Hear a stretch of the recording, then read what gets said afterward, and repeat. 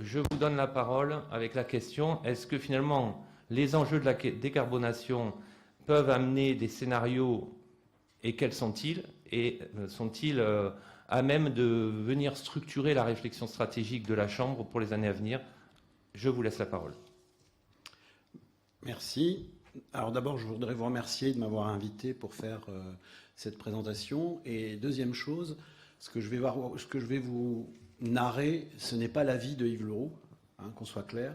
C'est ce qui est aujourd'hui connu et ce que le monde scientifique et académique considère comme des éléments structurants et validés. Alors pourquoi avoir proposé d'échanger sur la question de la neutralité carbone et de la décarbonation et d'aller sur les leviers agronomiques et technologiques?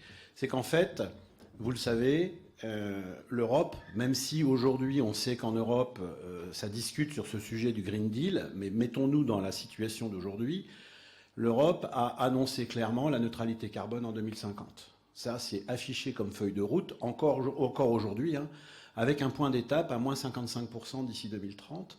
Donc c'est un élément quantitatif particulièrement important. Alors dans ce Green Deal, on va trouver des tas d'autres points, mais c'est pas de ça dont on va parler aujourd'hui. Hein. Mais vous pouvez quand même regarder le quatrième point, hein, c'est une rémunération économique équitable dans la chaîne alimentaire. Donc on voit bien que l'Europe propose à la fois des questions sur le climat, sur une alimentation durable et abordable. Donc on voit bien une vraie approche systémique. Alors pour ça, face à ça, il faut faire un constat. Pourquoi cette question elle est portée spécifiquement pour l'agriculture?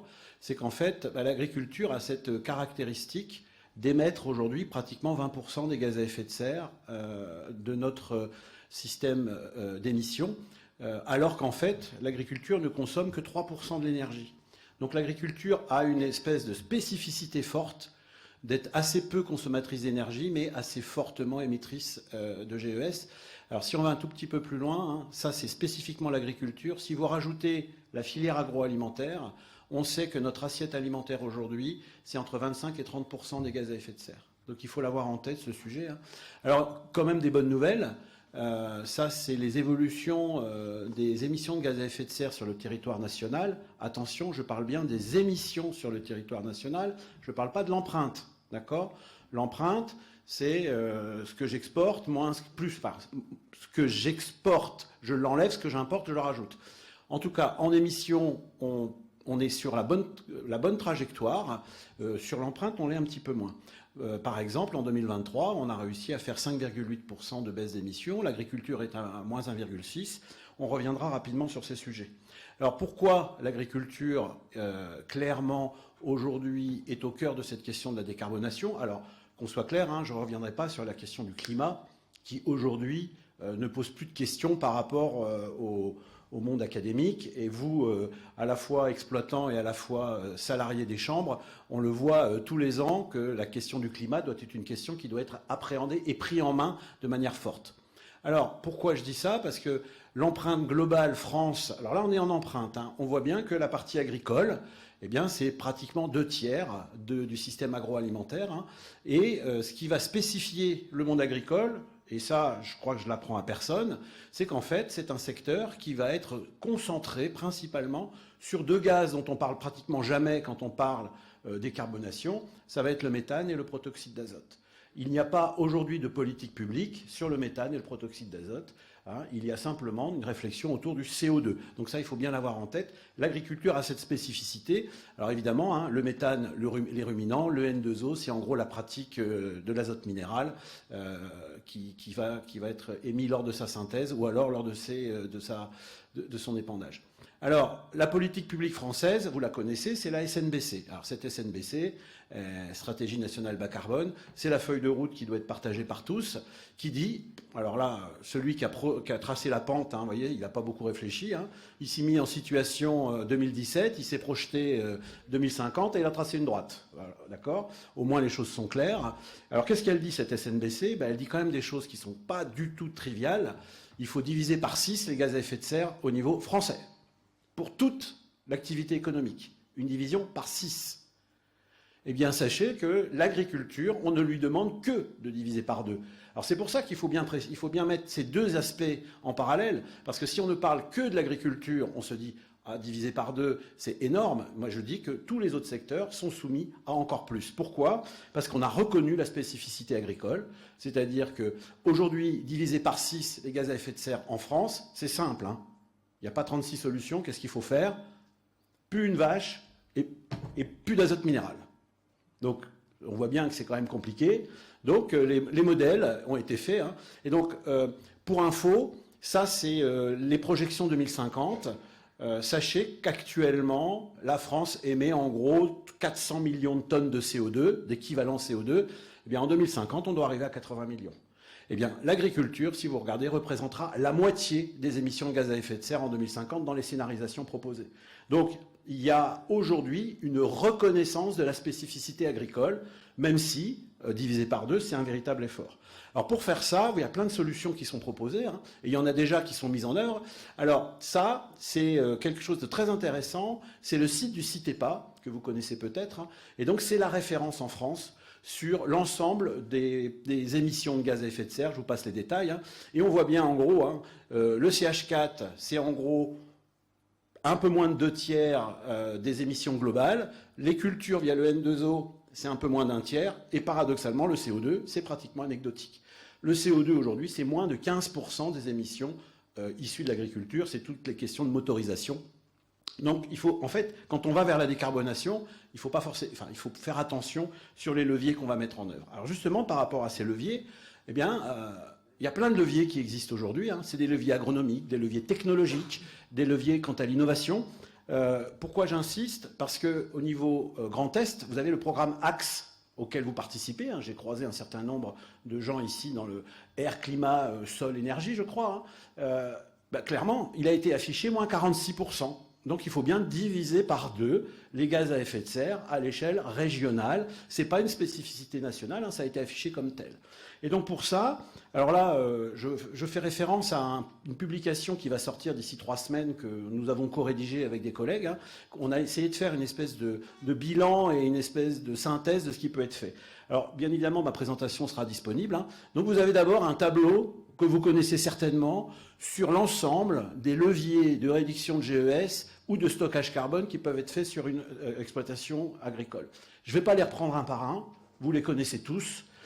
Chacun peut être mis en œuvre en sachant que ça, ce sont des leviers agronomiques, d'accord?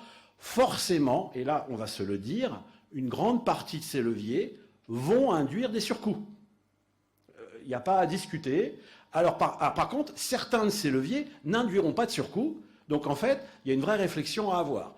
La conséquence de tous ces leviers, et ça c'est actuellement dans un certain nombre de programmes qu'un certain nombre de salariés ici suivent, hein, le programme Carmina, Orphea, le programme AXE, on sait que ça permettra de faire de moins 20 à moins 30% maximum sur cette décarbonation. Donc en fait, on fait la moitié du chemin qui est nécessaire pour cette décarbonation. Alors si on continue un petit peu sur ces choses-là, on a des choses qui apparaissent comme étant des trucs magiques. Alors vous avez peut-être entendu parler, hein, la filière laitière notamment. On voit aujourd'hui un certain nombre d'opérateurs qui font la publicité de ce produit qui est censé diminuer très fortement les émissions de gaz à effet de serre, notamment l'éructation de méthane chez la vache. Je pourrais répondre hein, si vous le souhaitez.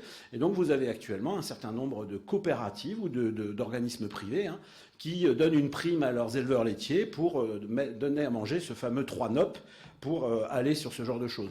Donc on voit aujourd'hui qu'il y a plein... Alors évidemment, ce n'est pas gratuit. Hein. C'est pas gratuit. Et quelle est l'acceptabilité sociale de ce type de produit? Et on va avoir la même chose dans les sols. Vous avez aujourd'hui un certain nombre d'opérateurs privés qui proposent de vous vendre des retardateurs de nitrification dans les sols, etc., etc. Donc en fait, c'est ce que j'appelle la réponse technologique à la décarbonation. Quel est l'intérêt de cette réponse technologique? C'est qu'elle permet de maintenir la production. Donc en fait, c'est une réduction de l'empreinte carbone en maintenant la production. Mais ça sera plus cher. Alors, un petit élément aussi sur lequel je voudrais qu'on revienne, qui est important, c'est d'autres éléments, hein, donc je vous les ai cités, un retardateur de nitrification. Vous pouvez aussi... on nous promet l'azote minéral vert. Vous avez peut-être entendu l'opérateur Yara, hein, qui nous dit, vous inquiétez pas, demain on va vous faire de l'ammonitrate vert à partir d'hydrogène bleu, jaune, orange, il a toutes les couleurs de l'arc-en-ciel, cet hydrogène, il faut y revenir. Clairement, cet hydrogène, enfin cet ammonitrate, il coûtera 3 fois plus cher. C'est très clair, d'accord? Et puis après, on nous promet des choses. Vous avez peut-être entendu parler du CCUS, du BEX, du biochar. En Moselle, par exemple, vous avez un exploitant là qui fait une méthanisation, qui est en train de liquéfier le CO2 issu de la méthanisation. Et on va l'envoyer où, ce CO2? En Norvège, pour faire du CO2 négatif. Donc on a plein de solutions technologiques. Mais ces solutions technologiques, primo, elles ne feront pas moins 50%, et deuxio, elles seront plus chères. Donc, c'est vraiment les éléments, mais c'est déjà, ça nous permet de faire la moitié du chemin. D'accord? Ça nous permettra de faire la moitié du chemin dans ce système. Alors, très rapidement, une mauvaise nouvelle, parce que ça, je voudrais quand même qu'on soit tous d'accord. Vous avez tous, les Vosges se caractérisent comme étant un département particulièrement avec un pourcentage de prairies permanentes important. Et là, je voudrais qu'on soit clair, et là, ce n'est pas du Yves Leroux, hein, c'est un sujet qu'il faut mettre sur la table. Aujourd'hui, on sait que les prairies permanentes, quand elles ont passé un certain âge, ne sont plus des flux de carbone. Par contre, c'est un stock de carbone. Attention, il faut faire bien attention entre stock et flux. Et ça, ça c'est un graphique qui est connu depuis très longtemps, depuis 20 ans. Okay, hein. Et donc, en gros, on sait que quand plus elles sont vieilles, etc., il faut que j'accélère. Et donc, en fait, le CITEPA a sorti, très récemment, de nouvelles courbes dans lesquelles il est clairement indiqué que le stockage carbone en prairie permanente est à diviser par 3. Donc là, c'est un vrai problème, mais ça ne veut pas dire qu'il faut retourner les prairies. Parce que si vous les retournez, c'est le stock que vous mettez en l'air. Donc attention, vous avez un problème, non mais c'est un sujet qu'il faut mettre sur la table, et moi je le mets sur la table depuis très longtemps avec l'ensemble des opérateurs par rapport à ça. Alors ensuite, ça c'est la vision technologique, agronomique de la décarbonation. Qu'est-ce qu'on a aussi actuellement? On a des scénarios prospectifs. Alors les scénarios prospectifs, aujourd'hui, ils ont un petit peu évolué, et tous, sans exception, mettent au cœur de leur scénarisation l'énergie. Alors c'est assez récent, vous avez peut-être entendu parler du dernier scénario du Shift Project de Jean Covici, où globalement l'énergie est au cœur du système. Et donc, en novembre 2024, il faut donner son avis sur la PPE, cette fameuse programmation pluriannuelle de l'énergie. Et qu'est-ce qu'on voit? Alors je vais aller vite. D'abord, une baisse de consommation d'énergie finale. Alors ça, c'est pas pour l'agriculture, c'est pour l'ensemble des opérateurs. Qu'est-ce qu'on voit? Une multiplication par 3,4 de la méthanisation. C'est-à-dire que d'ici 2030, pas d'ici 2050, d'ici 2030, d'ici 2050, vous faites x10. Qu'est-ce qu'on observe? Une production d'électricité décarbonée très forte et du photovoltaïque. Alors, vous l'avez certainement vu, les choses ont changé depuis 15 jours. L'État est en train de foutre en l'air le programme S21, 100-500 sur toiture agricole. En gros, l'État est en train de dire, nous, on veut favoriser l'autoconsommation. Par contre, on veut aller sur du photovoltaïque qui est pas cher au kilowatt-crête installé. Et donc, clairement, le photovoltaïque au sol va devoir se développer et forcément, on va aller sur l'agri-PV. Et donc, dans ces conditions, il faut falloir se poser la question de la place de la méta.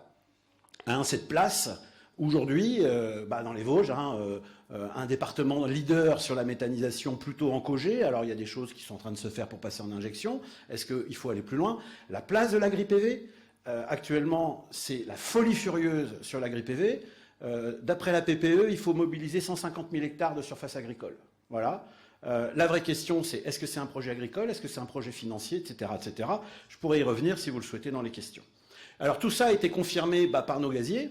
Les gaziers, ils sont d'accord avec la PPE.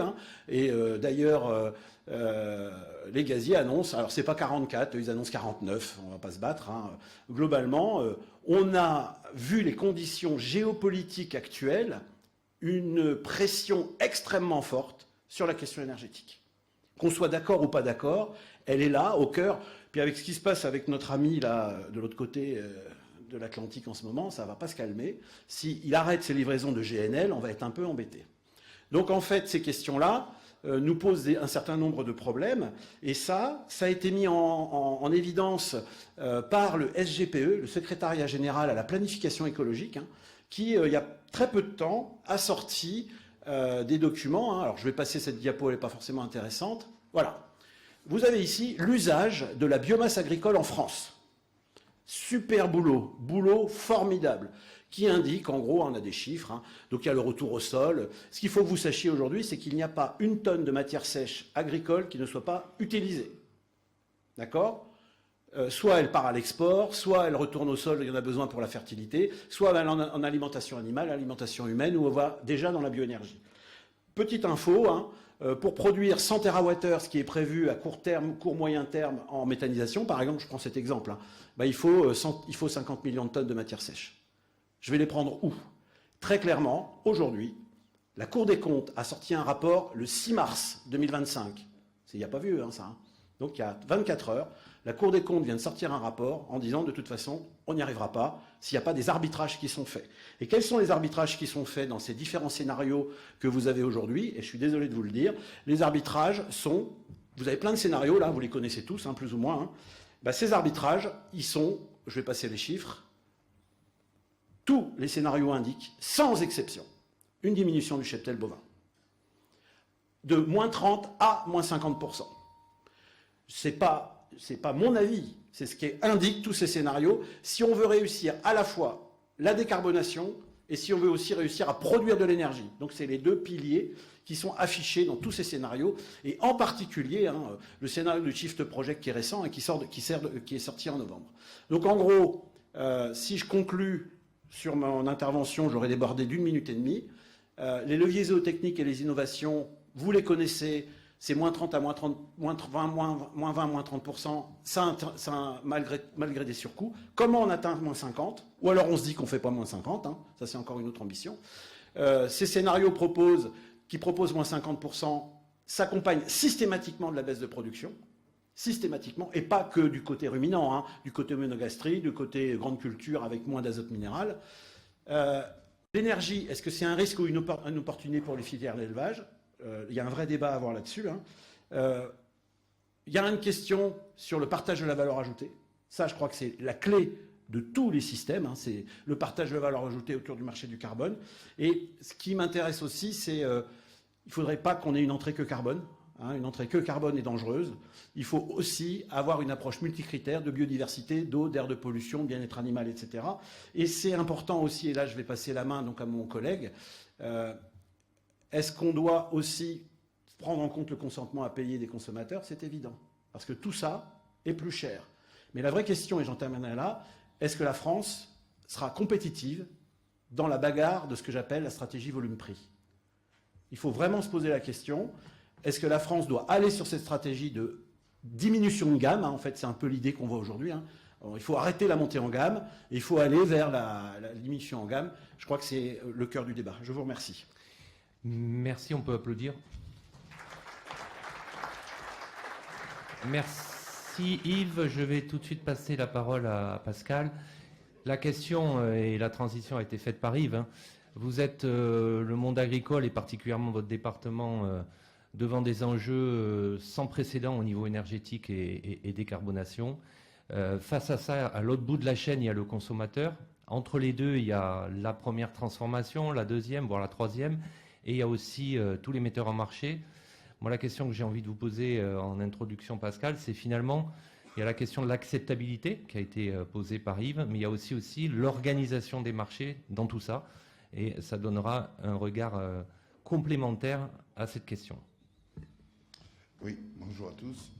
Donc, Pascal Robert. Donc, moi, j'ai un magasin Leclerc en Normandie. Effectivement, je m'occupe de la commission agricole de l'enseigne, donc toutes les relations agricoles qu'il y a entre Leclerc et toutes les différentes fédérations, institutions. Voilà,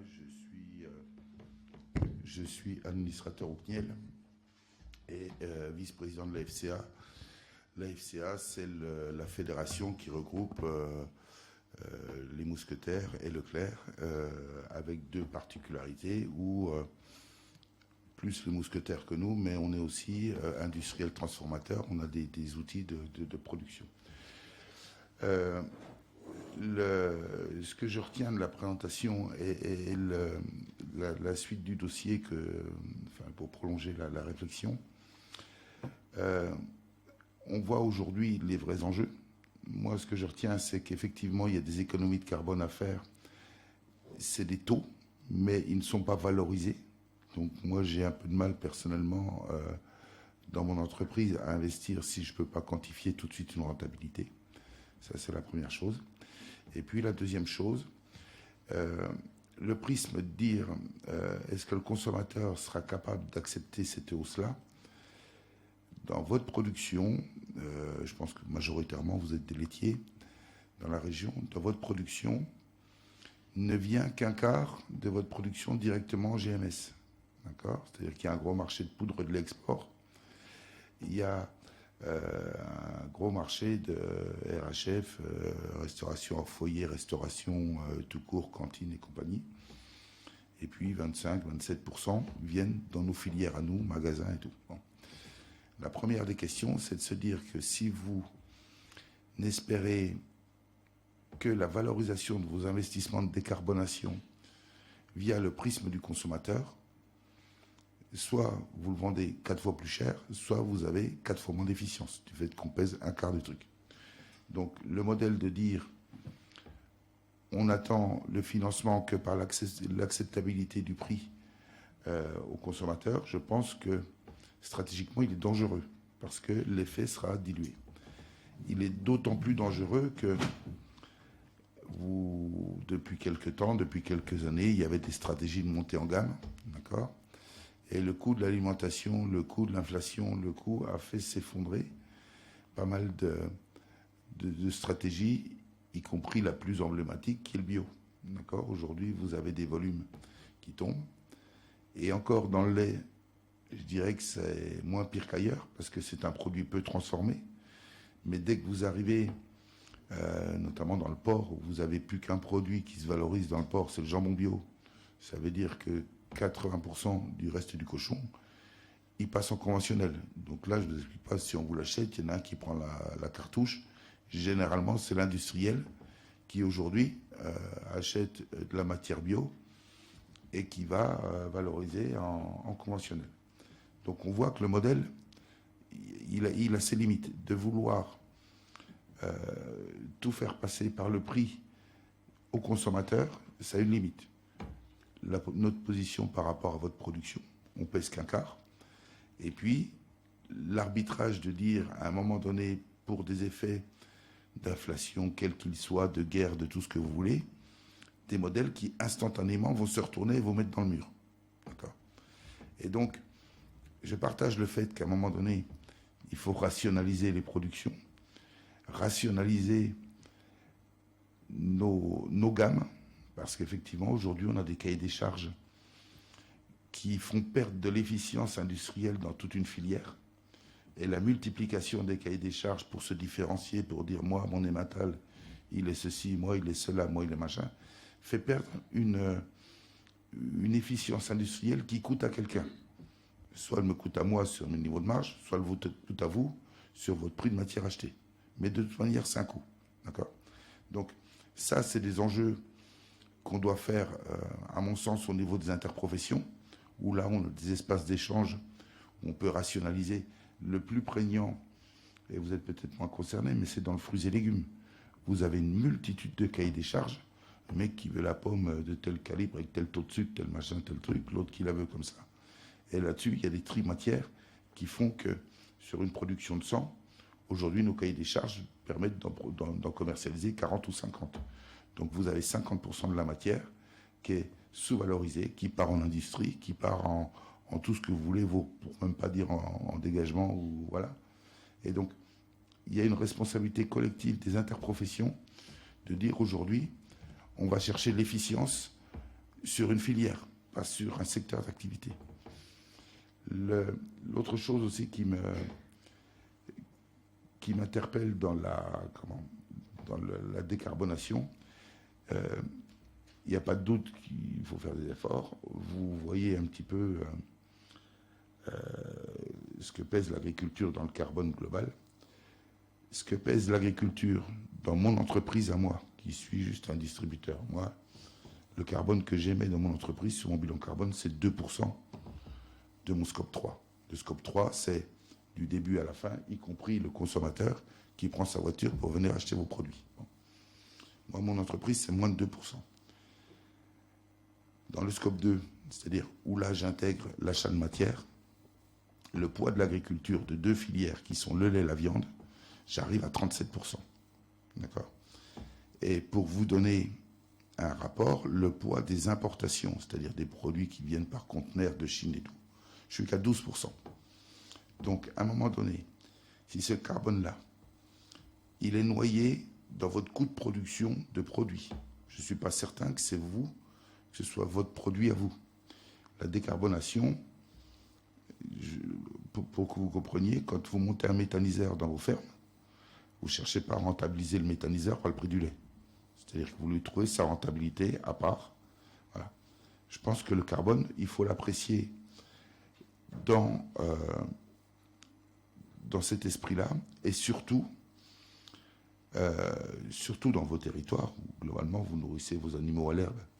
Et votre action n'a pas qu'une action de décarbonation. Votre action est une action de sauvegarde des territoires, sauvegarde de biodiversité, sauvegarde. Et à mon sens, c'est ce genre de choses qu'il faut valoriser. Et quand vous prenez des groupes comme les nôtres, où moi je vous dis vos productions, c'est 40% du carbone que j'émets, demain, je pense que j'ai intérêt à surinvestir, pas dans vos produits, dans votre carbone qui est vert, qui est vertueux, qui entretient les territoires, qui sauvegarde une société rurale, on va dire, parce qu'entretient les territoires, il faut tout pour entretenir, y compris le mec qui répare le tracteur, y compris celui qui fournit des piquets et compagnie. Donc c'est un tissu économique local qu'il faut maintenir sur notre territoire. Et donc, je pense qu'il faut s'orienter sur ce levier-là pour effectivement diminuer votre carbone, mais aller chercher la valorisation de la diminution de votre carbone à travers le prix, je pense que c'est une erreur. Parce que c'est pas sécurisant. C'est-à-dire que, encore une fois, un marché se retourne.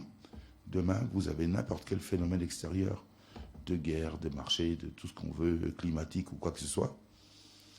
Et vous avez le fruit d'un travail qui n'est pas sécurisé, où le consommateur ne peut pas payer, ou s'en détourne, ou voilà. Et moi, je trouve ça dangereux, voilà, de réfléchir en disant le prisme, c'est on décarbone, c'est un coût, effectivement. Vous avez démontré l'équation, elle est claire, nette, précise. C'est un coût. Par contre, si vous allez chercher ça uniquement par le prisme du prix payé au consommateur, sous-entendu la GMS, parce que moi, de la poudre de l'export, je ne sais pas comment vous allez valoriser le carbone directement dans le prix de la poudre. Enfin, je ne comprends pas le truc. Et donc, ce carbone de la poudre de l'export, il faut bien qu'il trouve son marché ailleurs.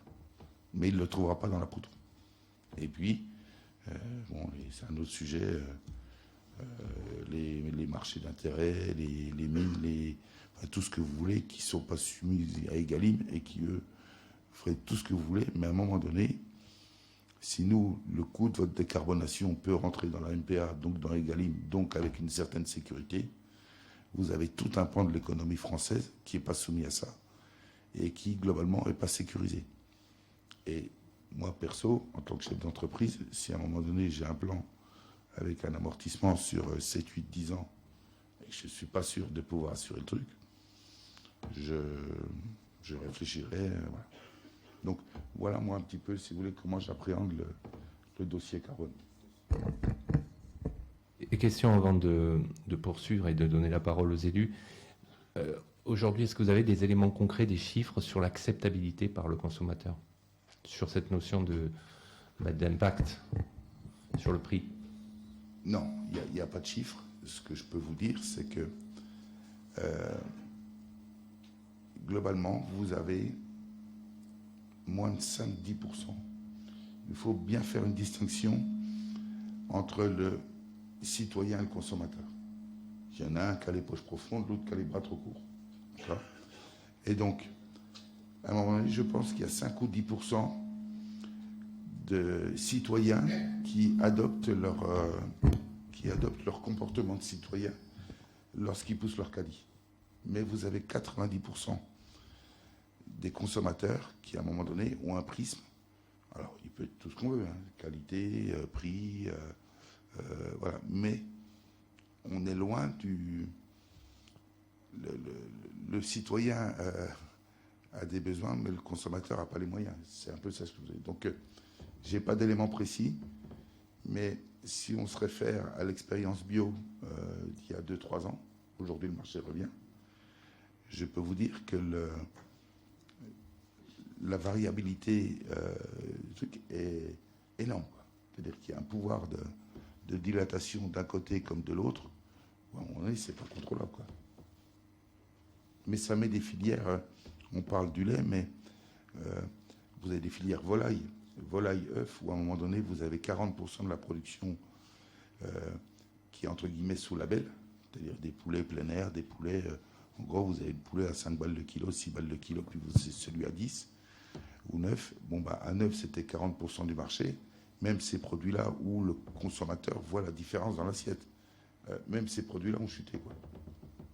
Donc voilà, Merci Monsieur Robert pour le respect du timing et merci aussi à Monsieur Leroux pour aussi avoir. Donc on est très très bien, on n'est pas en retard, c'est une bonne nouvelle. Et du coup on a beaucoup de temps devant nous pour pouvoir échanger. Et je vais demander, et je vais le faire par ordre alphabétique, je vais demander à Romain Balandier de nous rejoindre devant les petites tables hautes, s'il veut bien se lever et nous rejoindre. Donc Romain Balandier qui est représentant de la Confédération paysanne des Vosges, qui est éleveur bovin-lait, qui se présentera tout à l'heure, donc il sera le premier intervenant. Je vais demander aussi à Jean-Luc Brault, qui est président de la coordination rurale des Vosges, éleveur polyculture lait, donc je vais lui demander aussi de venir nous rejoindre. Je vais demander aussi à Philippe Clément, qui est le président de la FDSEA des Vosges, de venir nous rejoindre, et qui, lui, est sur un atelier grande culture. Et puis Jérôme Mathieu aussi, président de la Chambre d'agriculture et éleveur bovin-lait à la Bresse, qui va aussi venir nous rejoindre. Alors l'idée ici, alors vous pouvez commencer à réfléchir à vos questions, parce qu'on vient d'avoir 2 interventions qui sont riches, confrontantes, avec des dilemmes devant vous. Et là, première question, et je vais vous donner la parole de façon organisée et complètement arbitraire. Je vais vous donner la parole. Je vais commencer par Jérôme Mathieu. Votre réaction par rapport à ce que vous venez d'entendre, c'est une question large, après on les précisera, on rentrera un petit peu plus dans des questions techniques ou technico-économiques. Mais première question, c'est à l'écoute de ce que vous venez d'entendre, qu'est-ce que comment vous réagissez, qu'est-ce que ça met en perspective pour vous en tant que président, mais aussi par rapport à l'ensemble des agriculteurs du département? Il y a plusieurs choses. Alors, c'est pas la première fois qu'on les entend, mais ça se précise ou ça continue à avancer dans ce sens-là, notamment sur l'intervention d'Yves Leroux et ce qu'il nous a présenté sur la décarbonation. Si on se met à l'échelle de notre département, ok, on a bien vu les solutions technologiques pour décarboner. Après avoir, on l'a pas évoqué, mais il y a quand même l'acceptation sociale de ça, de donner telle ou telle chose à telle vache pour qu'elle réucte moins, etc. Bon, ça va quand même être compliqué à faire accepter, et puis on n'arrive pas à l'objectif. Et quand on regarde l'objectif, et en plus avec le rapport de la Cour des comptes d'hier, ok, on supprime la moitié de vaches. Ok, enfin, de ruminants. On supprime la moitié. Bon, dans les Vosges, ça veut dire qu'on supprime la moitié de vaches. Quid de nos prairies permanentes? Alors, ok, très bien. Dans des secteurs, on va retourner, on va faire autre chose. Même si, bien, pas bien, etc. Quid, qu'est-ce qu'on fait de nos prairies permanentes dans les secteurs où on ne peut pas retourner? Que ce soit sur les zones du massif, que ce soit sur les zones à enjeu haut. Comment on fait? Et derrière, quand on tire la pelote, on est un département et qui a une richesse en élevage, c'est la transformation derrière. Que fait-on avec les 5000 emplois qui sont sur nos territoires? Alors je sais que certains voudraient que tout soit en vente directe, etc. Sauf que sur ces 5000 emplois sur le territoire, c'est aussi des gens qui vivent là dans notre milieu rural et qui peuvent aussi, le week-end, acheter en circuit court. Quand ils ne seront plus là, ça va être plus compliqué. Donc on a quand même cette pelote-là. Et puis ce que j'ai entendu aussi, ça on le pressentait aussi, c'est qu'on ne va pas pouvoir tout aller chercher sur le prix. Parce que déjà, tout ne passe pas forcément dans la distribution classique, même si notre département, quand on regarde, mais après, il faut aussi qu'on dézoome par moment, même si notre département, on ne fait pas beaucoup de poudre. Mais bon, si on se met à une autre échelle, c'est un peu différent. Donc on a cette problématique-là. Comment on va faire pour aller chercher sur le prix? Et j'entends bien, hein, mais on en parle déjà depuis des années. C'est comment on valorise, comment on rémunère les aménités positives de l'agriculture, l'aménagement du territoire. Comment on le rémunère, ça? Par qui on le fait payer? Parce que le paysan, il fait du paysage, il fait de l'aménagement du territoire parce qu'il produit quelque chose. Aujourd'hui, on dit aux paysans, OK, tu vires tes vaches et tu vas aménager le territoire. Il va dire, moi, je ne suis pas là pour aménager le territoire. Donc, on a cette double problématique. Et c'est ça les questions qui sont prégnantes. On vient chez nous, département d'élevage, avec une grande zone herbe pour différents enjeux. Et après, on n'a pas été plus loin. Mais quand on dit la décarbonation, il ne faut pas uniquement voir par rapport au carbone, mais comment on fait sur l'eau, la biodiversité, parce qu'il y a aussi des enjeux différents derrière. Donc, on voit qu'on a quand même... quand on tire la pelote sous notre modèle agricole, et derrière, qu'est-ce qu'on dit aux jeunes qui viennent voir demain à la Chambre d'agriculture? Je veux m'installer en production laitière. Merci, je vais être garant du respect du temps de parole entre vous quatre. Jean-Luc Brault, votre point de vue, ensuite on rentrera un peu dans des questions plus précises, je vous l'ai dit, et n'hésitez pas aussi à venir challenger les deux intervenants qui peuvent aussi eux-mêmes intervenir par rapport à vos réactions. Jean-Luc, même question, comment vous réagissez à l'écoute de ces deux présentations? La décarbonation, je suis quand même loin d'être assuré, parce que c'est vrai que si on nous parle d'enlever 50% des animaux, demain, comme disait Jérôme, il y a l'enjeu environnemental. Hein. Demain, on aura des friches partout, on aura des feux de forêt, on aura tout ce qu'on voudra derrière.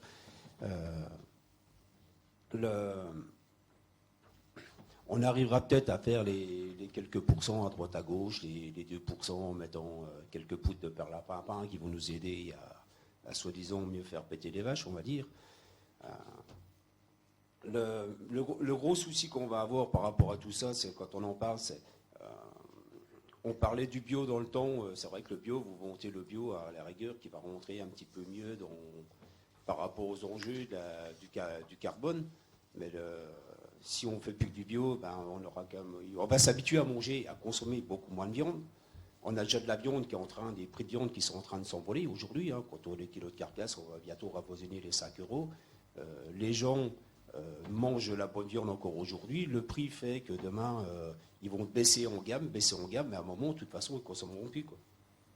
Et aujourd'hui, il y a quand même un enjeu qui est au-delà de tout ça. Quand on parle de cette consommation, au-delà de la décarbonation, l'enjeu alimentaire, enfin la souveraineté alimentaire, c'est la souveraineté sanitaire derrière aussi, quoi. Donc Si je peux me permettre une petite précision par rapport à ce qui vient d'être dit, en France, la consommation de protéines animales augmente. D'accord, on en consomme 80,5-6 kilos par Français par an. Elle ne baisse pas. D'accord. La traduction entre ce qu'il dit et la consommation, c'est l'importation. C'est-à-dire qu'à un moment donné, on aura des transferts de protéines et de pousser à dire on veut 50% de cheptel en moins. Effectivement, ça dit 50% de production française en moins, mais on en consomme toujours autant. Donc on ouvre aussi l'importation et donc l'importation de carbone. Donc voilà, c'est juste une précision qui est importante pour... Monsieur Brault, est-ce que vous avez d'autres points? Sinon, on passe la parole à Monsieur Ballandier. Sur la même question. Même question. Okay. Ok. Oui, en fait, ça interroge forcément ces histoires à la fois de décarbonation et le prisme économique, et celui de finalement de la vente de nos produits. Moi, je pense que la conclusion de Yves Leroux, en tout cas, de dire que derrière ces grandes questions-là et cette grande question de la décarbonation, il faut prendre en compte, et ça a été dit aussi par Jérôme ou Jean-Luc, d'autres facteurs, quoi. Notamment, moi je vois celui de la biodiversité qui me semble un enjeu tout aussi majeur que la décarbonation.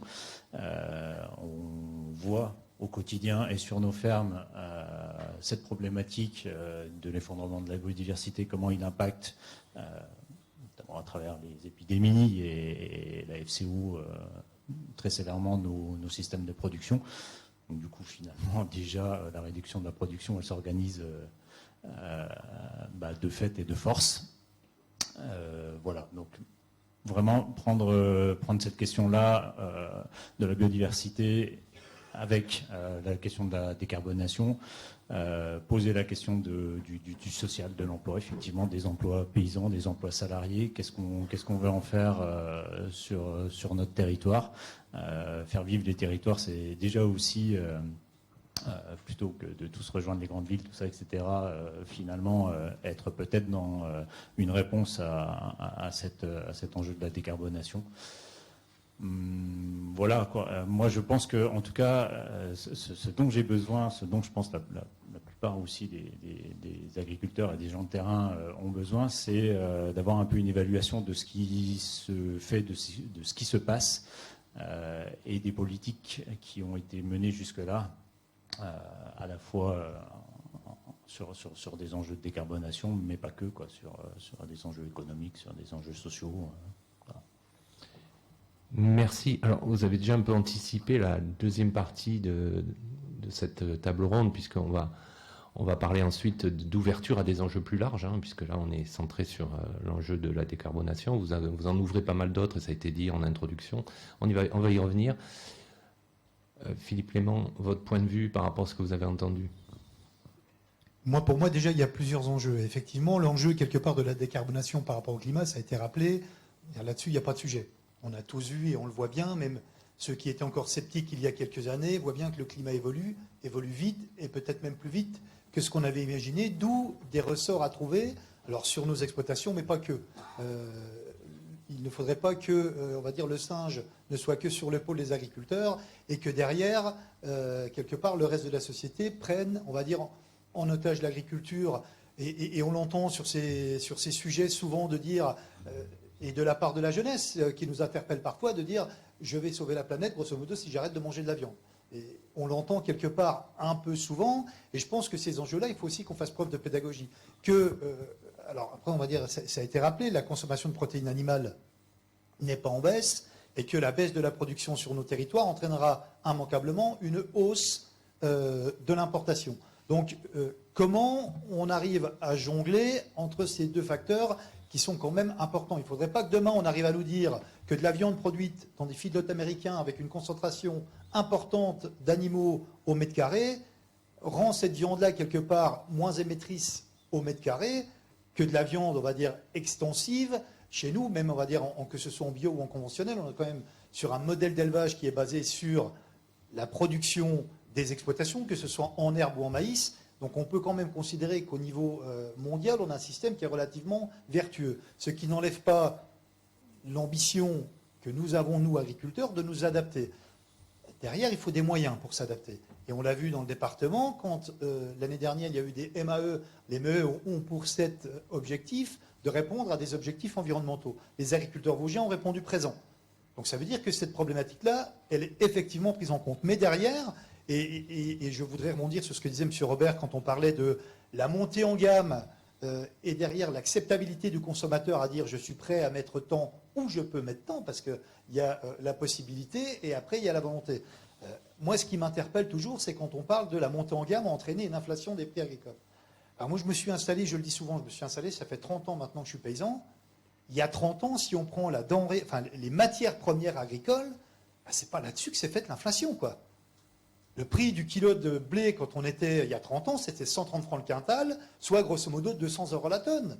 On a les mêmes prix aujourd'hui, c'était il y a 30 ans. Le prix du litre de lait était à 2 francs 60 et quelques, 2 francs 60, grosso modo 400 et quelques euros la tonne. Aujourd'hui, même si la filière laitière est plutôt en meilleur état qu'elle ne l'était il y a quelques années, on est grosso modo qu'autour de 500.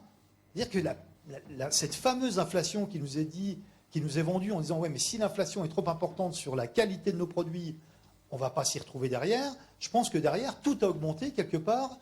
Mais la matière première agricole, non, on est quand même passé à travers de tout ce qui a pu bénéficier à l'intégralité des filières et aussi de la distribution. Donc là, il faut aussi... moi, là-dessus, j'attire quand même l'attention sur ce sujet-là.